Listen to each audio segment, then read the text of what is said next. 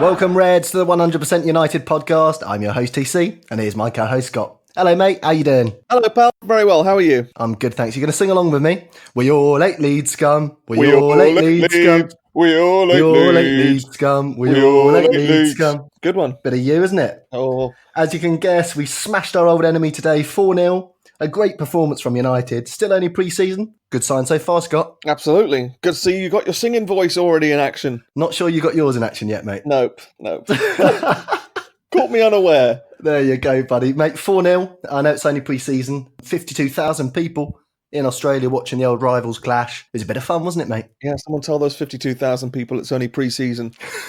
Everyone seemed like they were bloody loving it.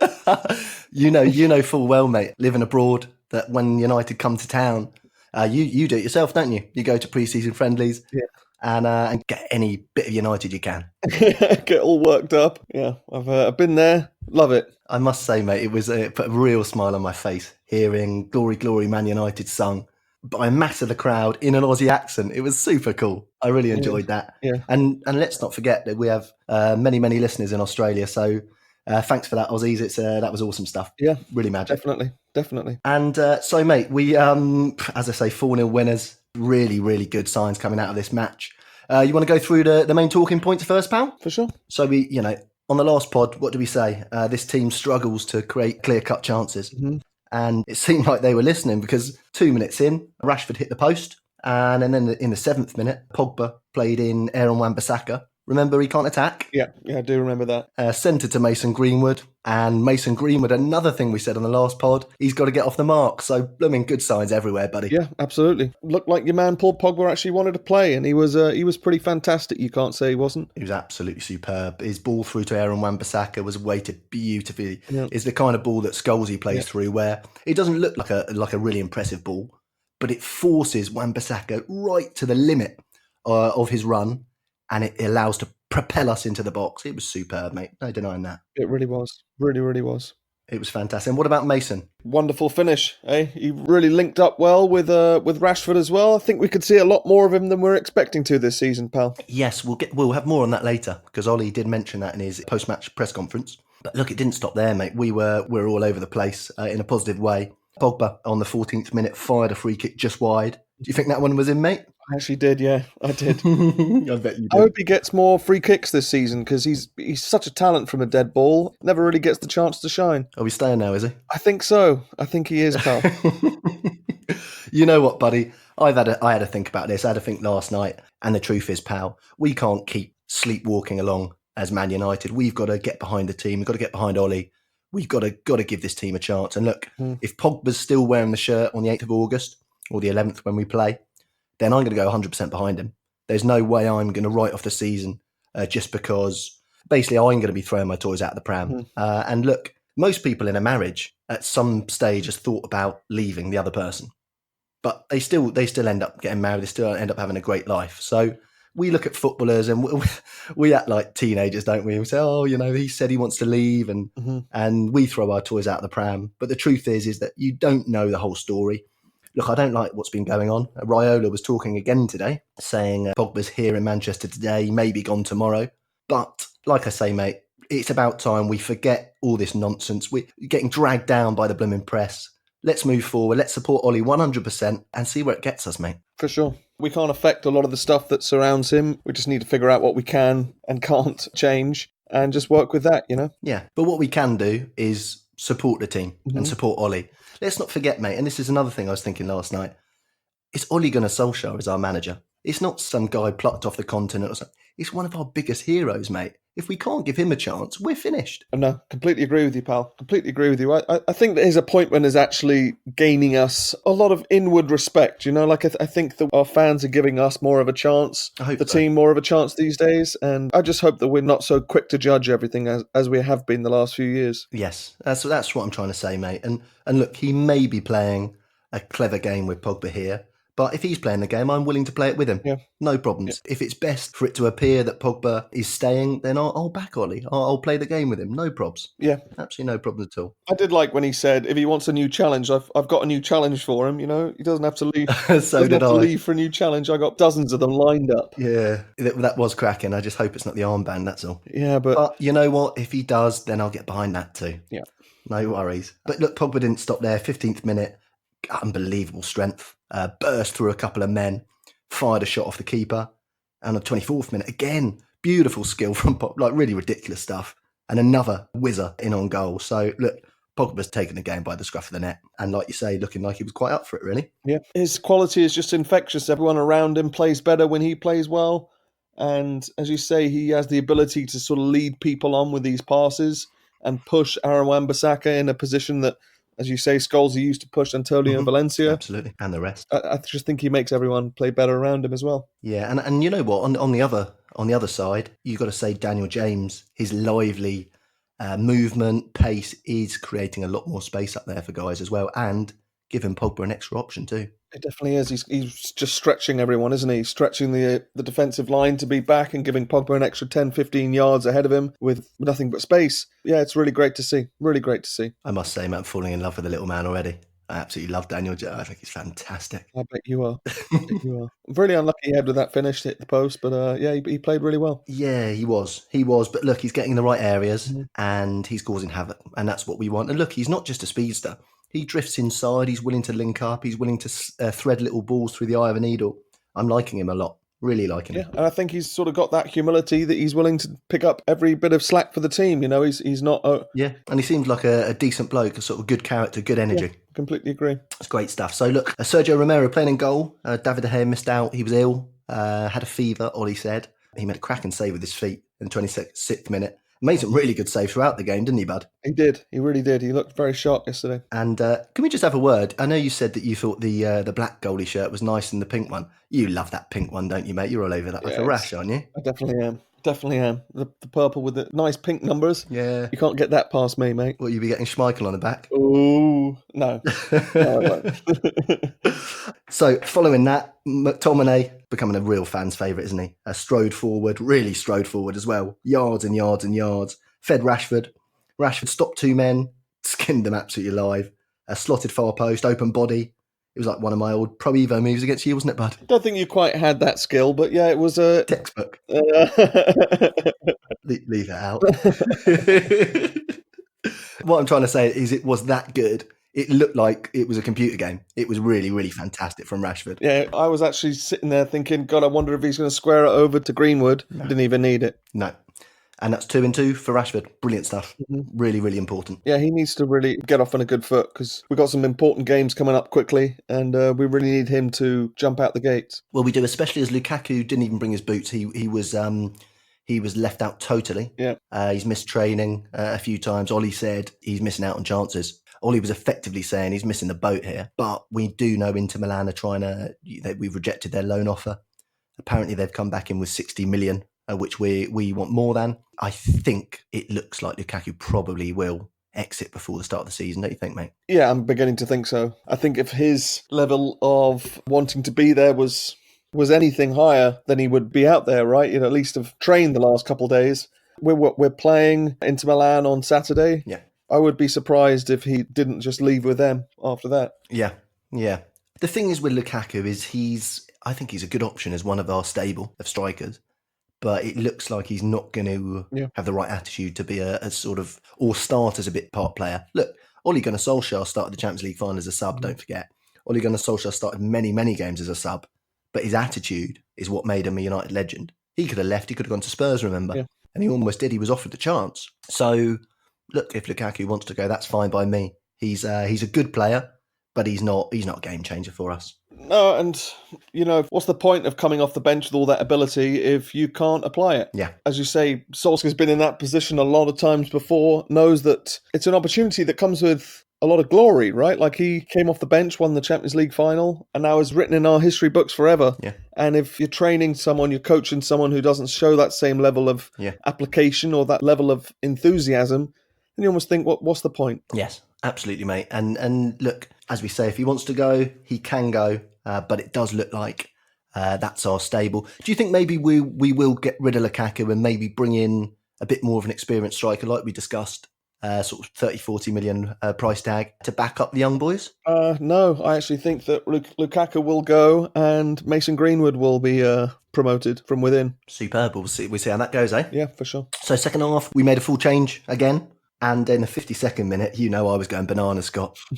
Two blondes linking up, a corner from the right, Andreas Pereira swung it in, and then Phil Jones with his newly dyed hair with a thumping header, mate. Yeah. Absolute cracker, eh? Couldn't believe it. First corner, we'd got past the first man all night, and we managed to score it. And I knew you were going nuts. I was going nuts, and it's the first goal by Phil Jones since 2014, when we were managed by your boy David Moyes. Oh, that's what he's needed all this time, is just some expert coaching, and he'd get back on the score sheet. Just after his contract expired as well, eh? Oh. But really good stuff, mate. Look, we need to start scoring from corners. And Andres Pereira actually was full of energy. Great corner there. Had another lovely free kick he whipped in. He had an absolute scorcher that was just clipped over the bar. I thought he looked really, really lively, mate. I was happy with him. Yeah, the chance that led to that corner was his shot getting tipped over the bar. I think he just adds a lot of intent in that position, a lot of great production, and he's always got something up his sleeve, it seems. Yeah, absolutely, mate. And it looks like he might be blossoming. It looks like he's added a few gears to his game over the summer, and I think this might be the year for him to either sink or swim. Let's really hope so. I really think that this might be his year, as you say. Yeah. Yeah, and what do you think of Anthony Martial, mate? He was on for the second half. I think he's looking better. He looks like a bit more focused to me. Yeah, another one of those we're just talking about, whether the level of application that he has is the same as the level of ability that he can bring to the table as Lukaku. It's not so much these games that you worry about, it's the games that he might start on the bench.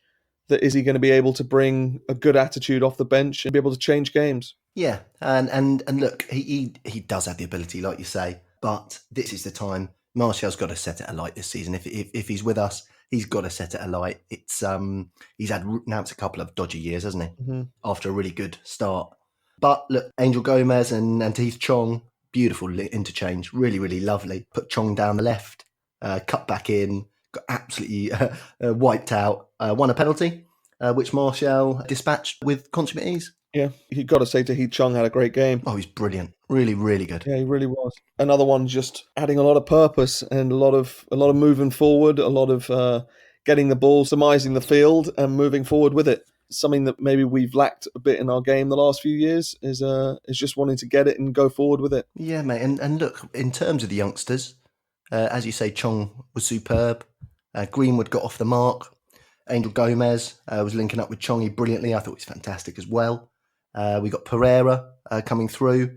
It's looking like the balance between youth and experience is starting to come back, mate. For sure, definitely. And you've got to add some of the defenders in there as well. That we've still got pretty young Victor Lindelof. We've got a young Aaron Wan-Bissaka, pretty young Luke Shaw. Mm-hmm. This is a massive, massive time for us now, pal, to crack on. It is. A quick word about Eric Bailly as well. He looked like he was getting back to his old self, doing all kinds of sort of overhead kicks and flying in here, miscuing a clearance there, but generally getting involved more like the old Eric Bailly that we know and love. Yeah, which is surprising given that he did his cruciate ligament in, what was it, April, May? The guy's a different sauce, isn't he? He's totally different. Yeah. Totally different. Yeah. But mate, look, let's look at the positives from this match because they're flying out of all angles. First of all, look, for sort of younger listeners who don't know, Leeds is a massive, massive rival for us Reds.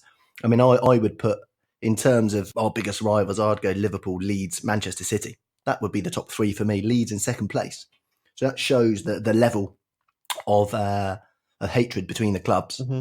And of course, they've been gone out of sight for a good 15 years, really now, isn't it? Mm-hmm. But it was lovely because look, that's their World Cup final today, and we spanked them 4-0.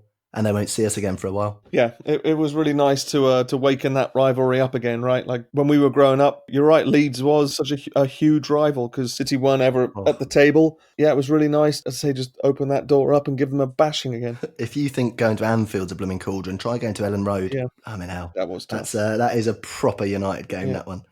And Ashley Young reminded a few people exactly what it's all about with a complete reducer late on. He got a bit of one himself and then He absolutely terminated him, didn't he, mate? Yeah, I think Ashley Young was the only player in that team who had actually played Leeds before, right? When we played them in that FA Cup third round. Oh, don't mention it. Or even even the League Cup a few years later when Jemba scored. I remember, I think he played that game too. At Ellen Road? Yeah. I think that was just before his time, All I right. think. But look, mate, all our strikers scored. Rashford, Greenwood, Martial, if we're thinking that Lukaku's going to fly off to Italy. Yeah. So that's a massive plus point. Rashford 2-2 as well. Corner goal. The youngsters progressing massively, mate. I mean, look, what you want to see is progression, don't you? And with these youngsters, we are seeing it. We are seeing them develop. We're seeing them get involved. We're seeing their confidence rise. Look, for me, Ollie's doing a great job with the youngsters. Yeah, I completely agree with you. And I mean, I won't shed many tears if Lukaku leaves and we're going to replace him with Mason Greenwood, because there's a lad who understands the culture of United. He's been there since he was before 10 years old. And I just feel like he's going to take the opportunity with both hands and run with it, as opposed to, I think that maybe Lukaku's ship has sailed. Yes, I think it has, mate. I think it has. The other massive takeaway is the new signings looking good. Mm-hmm. Wan-Bissaka with an assist, another dominant display from him. Daniel James hit the post, looking lively as well, as we said. So, look, in terms of a pre-season match, we've been watching United for long enough to know that you can have a magical pre-season and the season's disastrous, mm-hmm. or you can have a disastrous pre-season and the season could be magic. Mm-hmm.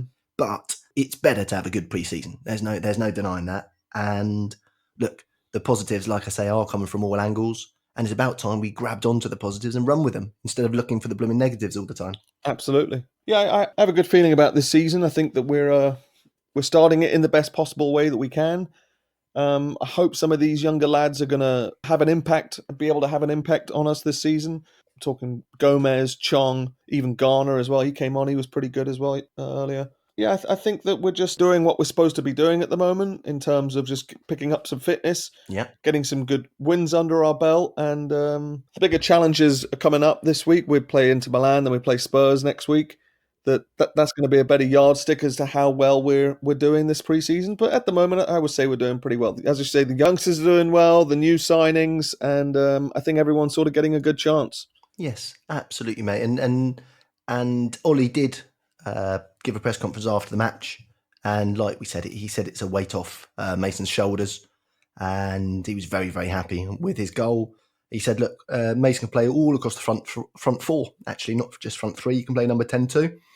He's massively two-footed, and he said he's sure he's going to grab his chance. And when asked if he could possibly start against Chelsea, Ollie said, yeah, it's a definite possibility. Music to my ears again, because you know that when you're bringing in a lad like that, you're bringing in someone who's just going to try as hard as he possibly can, and sometimes that's worth more than ability these days, mate. Yeah, but he said it's difficult to keep players out when they play well, and that's Ollie's point, isn't it? Mm-hmm. And look, Mason's grabbing his opportunity, and let's hope he does run with it, because look, this is what United's all about. We've had this all throughout our United watching years, haven't we? Youngsters just pop up from nowhere, take the ball by the horns, and suddenly they're a United legend. It's what the club's all about. So I'm really, really happy with that. As we mentioned, David De Gea, Ollie confirmed, was ill, had a fever. He also confirmed, actually, that Dean Henderson is going to join up with the squad. That's great. They're now travelling to Singapore for the next match. We'll play Inter in Singapore. We got Lee Grant has got an injury. We've got David De Gea ill as well. Joel Pereira obviously played some minutes today, as did Romero. So Dean Henderson's going to come over, get a taste of the club. I still think he will go to Sheffield United for the season. But for him to come and for Ollie just to assess what kind of a character he is, whether he really has that United DNA, I think it's a good idea. Definitely, and I think Fred's joining up with the team as well for the next leg, right? Has he finished his wedding, has he? Yeah, I've got to say, mate, can't believe that. You know, a year ago, we're sitting here giving Anthony Martial, criticising him because he wanted to go back and be with his significant other for the birth of their son. And this year you got someone who'd organised his wedding to be bang in the middle of pre-season. Couldn't believe it. Next year they're going to be missing it for their kid's birthday. Unbelievable, right? Yeah. I mean, come on, mate. I'm not having that. I mean, no, I'm not. Going for the birth of your kid, it's touch and go, you know. Yeah. Roy Keane certainly is not up for it. It's not like, okay, we're going to be in the middle of pre-season at that date, so let's have a baby now. You know what I mean? It's yes. So the baby comes. Well, crazy, yeah, the baby comes when the baby comes. A wedding happens when you say it's going to happen. But with the baby, look, I get it. See the baby be born, but you don't have to stay there for a week as well, because that's what Martial did, right? He stayed there after. I think he actually missed the birth, didn't he? Yeah. I'm not sure. And I am also hearing that Fred actually got married last year, and this is just a ceremony. Yeah, with none of your mates. Exactly. Yeah, I'm not happy about that at all. Anyway, look, we're keeping this positive. Yeah, Fred, pull yourself together, mate. Come on. That's crazy. Yeah. So Ollie also said that Ashley Young will play on the left, will play on the right. He'll push Aaron Wan-Bissaka and Luke Shaw. So he's obviously saying there his first choice 2. He said Delo will compete 2, and he sort of signalled that Delo probably will compete for a fullback spot rather than a wing spot, which I think is correct. Now we've got all that gas on the wings. Yep. Fullback position's looking a lot more like it now, mate, isn't it? Who is your preferred partnership when it comes to fullbacks, mate? Do I have to answer? I'm sitting here wondering if you're going to put Delo on the left, if you're willing to put him on the left, or if Luke Shaw's still your man. No, I would still go with Luke Shaw. But I do think that Delo is a nice option, and I also think if we have all that gas, if Daniel James, for instance, is on the left, then I do quite like an Ashley Young or a Delo having the option to cut in on their right and then thread Danny James through on the byline. I do like that as an option. Look, I like options, mate. You know that. I don't like a rigid 11. I like to have options, different ways to skin a cat, and that's what we've got now. Aaron Wan-Bissaka, he's a massive old unit, and he's a dominant defender. Yep. And look, like we said, he's going to be a lot better at attacking than people think he is. He's already started to show that. Ashley Young, I think he's a much better left back than he is right back. And I think Luke Shaw will benefit from having the added competition. Yeah, I'm very, very happy with the fullback position. And that's just with one signing, mate. So look at the centre-backs as well. We're going to just chat a little bit about Harry Maguire later in the show and the fact that he's still looking like he will sign. One big signing, it changes the dynamics, mate. Yeah, you're right. You know, it was a shame today to see Axel not playing, but I thought it was a really good return for Victor Lindelof. I thought he came in and really shepherded everyone around very well. But yeah, you're right. I think just the competition for places is back as well, right? That these players now that they know they've got to play twice as good in order to play the next game. There are no positions that are a given anymore. No, and don't forget, mate. Up front, we still do have the ghost of Alexis Sanchez to come back in as well.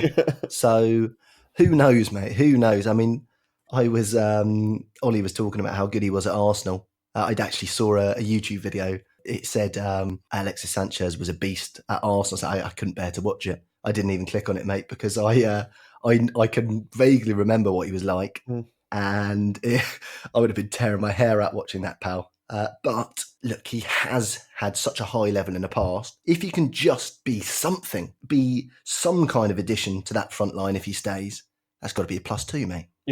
Yeah, we're not asking him to come in and lead the line anymore. Just come in and do something every now and then, right? Well, Ollie was saying if he gets back in, he might get 20 goals a season, but that's Ollie. Yeah, I think that's hugely optimistic, but I'll go for it. Jeez. But you know what? This is what I like from Ollie. This is what I want. Positivity. I want him to be saying, and the things he is saying, he said, look, top 4's not good enough. We're going for top 4, but really, if we can get in the mix, we want to be in the mix. We can't say, no, we're not going to challenge for the title. We're Manchester United. And this is what I've said for the last 6 years, mate. You don't start the season saying anything but we're going to win the title. You start, we're going to win the title. And then when it becomes an obvious impossibility, then you move the goalpost and say, okay, now our targets are there. But you never, ever start the season as a Manchester United manager saying anything but we want the Premier League trophy. Yeah, I completely agree. Completely agree, mate. And that's why we need to get off into a good start, because as you saw with Leicester a few years ago, right? Like, you get a good start and you can just build on that momentum and just keep going throughout the whole season. This playing catch-up is a lot harder than setting the standards, if you know what I mean. It is indeed, mate. And you know, once you get in the mix, look at Leicester. Look at how Leicester did it. Look, they got off to a good start. They stayed in the mix. They got to Christmas. They got to January. And then they thought, blooming hell, we're in this. And luckily for them, it was pretty much what it was Arsenal, wasn't it? It was Arsenal and Spurs trying to catch them. So that was Arsenal's big chance, wasn't it, really, when you look back? It really was. That was their chance to change their destiny. And as we suspected they would, they blew it. But that season from Leicester, it says it all. Look, it's momentum. You get in the mix. And everyone said, didn't they, they'll fall away. There'll come a time but it didn't. They didn't fall away. Yeah, they took it and kept going with it, mate, and that's what we need to be doing. Yeah, and talking of Leicester, mate, Harry Maguire has apparently informed Leicester. Brendan Rodgers said they have had bids now. He only mentioned one club. He said there's a huge club who is in for Harry. Harry's a great bloke. He didn't say great character. Unbelievable. But he said he's a great bloke and that a massive team is in for him. Now, all the papers, all the rumours, all the gossip is saying it's us. So it does look like we're creeping towards it. Leicester are just trying to strangle us for as much cash as possible by the looks of things. But he said he wasn't a top character? No, he said he was a great bloke, but then he didn't mention he was a top character, but he normally does, right? Oh, I think that's terrible news for us, mate. If he's if he's getting banded around this office as not being a good character anymore, I don't know. No, I was joking. He said he's a top bloke, and apparently Harry Maguire is not going to kick up a fuss at all. So we basically need to stump up the cash. And it's looking like we will. And like we mentioned with Wan-Bissaka, one big signing, it changes a lot of things. He's fantastic bringing the ball out from defence. And God, if Pereira's putting in corners like that, imagine Harry Maguire's big head on the end of them. Yeah, for sure. And Angel Gomez put a couple of nice corners in too. I hope you saw that. He did indeed, mate. He did, yeah. I'm really looking forward to this being pushed over the line, more so we can actually focus on the midfield as well and hopefully try and get Bruno Fernandes in. Yeah. Because this whole one at a time is driving me mad, mate. Yeah, mate, it might not be one at a time. We might be negotiating on many fronts, but the papers run with the one that's closest, right? I can't imagine we're ticking one box and then going to the next one. We might be, but I don't think so. Bruno Fernandes, again, it looks like we are creeping towards that. But what I will say is Ollie did say, look, we're looking at these boys. If people leave, we're going to have to sign more players. He did say that. Yeah. So what do you think that means? You reckon that means we have to replace Lukaku if he leaves? Possibly. I think he was probably pointing towards the Pogba situation, but that was just me reading between the lines. All right. Good point. But we'll see. Yeah. We will see. Apparently, if Maguire comes in, we'll get rid of one centre-back. Who would you choose, mate, out the stable? Maybe Marcus Rojo. Yeah. I've always had a bit of a soft spot for Phil Jones. I don't know what it is. I think just how blindly Fergie loved him when he first brought him in and calling him the next Duncan Edwards, etc. I don't know. I feel like Phil Jones could still maybe add something. Obviously not in his corner-taking ability, but if he could still add something, coming off the bench or what have you. So if it was going to be between him and Smalling, I'd maybe say I'd get rid of Smalling. But would you really? I think we're going to be keeping both of them, mate. So I don't think that's a choice I'm going to have to make. So you think Marcus Rojo? Probably, yeah. Probably. But he's another one who's 5 years in on a 5-year deal, getting 20% yearly wage rises, and he's on like 180 grand a week, and no one wants to touch him. And we signed him for 16 million. Yeah. It's madness, isn't it? I don't know how it's happened. Yeah. It's just mental. But he's another one who had to put up a bit of a stink to get out. If you remember, I think he started. Yes, he did. Yeah, he started boycotting Sporting Lisbon pre-season. Yes, it is, mate. I mean, I remember back in the day we used to complain that we used to sell very, very cheap. Mm-hmm. We'd have players who would play at United for a decade. They'd leave, and quite often we'd let them go. I think Phil Neville we let go on a free, possibly. Yeah. Johnny O'Shea, Wes Brown, it was all pittance, all free. Yeah. But look, I could accept that because Fergie said they've given us a great service. They've been club men for United. I'm going to let them go on a free so that they can pick up an equivalent wage somewhere else and with our blessings. Now that, I was still saying, come on, let's get some cash for them. You know what I'm like. Yeah. But I could handle that. I could say, look, he has given us what we've paid for. So therefore, let's let them get paid the same somewhere else. We have no problems. Mm-hmm. But this is like we pay them for 3 or 4 or 5 years or whatever it is, and they don't give us value for money. And then we still end up selling for a pittance or paying their wages off so that they can leave. It's madness, mate. Real madness. That's crazy, right? Oh, it drives me crazy. mad, I tell you. Matteo Darmian hasn't played in 18 months, but he's just sitting there collecting his contract because he doesn't, because no one wants to touch that crazy contract. Incredible. Really, really incredible stuff, mate. But look, as we say, Harry Maguire does look like it's creeping closer. I think the 60 million plus 20 million Duncan Castles, like we say, he has a habit of piggybacking hardcore rumours and basically making a statement out of them in the knowledge that he will be first to the trough. But the truth is that normally you have to wait another sort of 24, 48 hours before actually anything is concrete. and he kind of guessed before the event. It was the same with Wan-Bissaka. Remember, we had the same sort of timeline. I suspect it's the same with Maguire. I suspect. Did I say last show 24, 48 hours? I'll say it again. Yeah. Next 24, 48 hours, I think, for something. We are on tour. It always makes it a bit more tricky. But, God, we're in the day and age of telephones, WhatsApp, emails, FaceTime, Skype. There's so many ways to communicate. Our chief executive isn't even there. Isn't even on tour with us, you know? So there's so many ways. Of course, the man has to be there for the signature. But, look, we're Manchester United. We can move people. So I don't think a tour should stop us.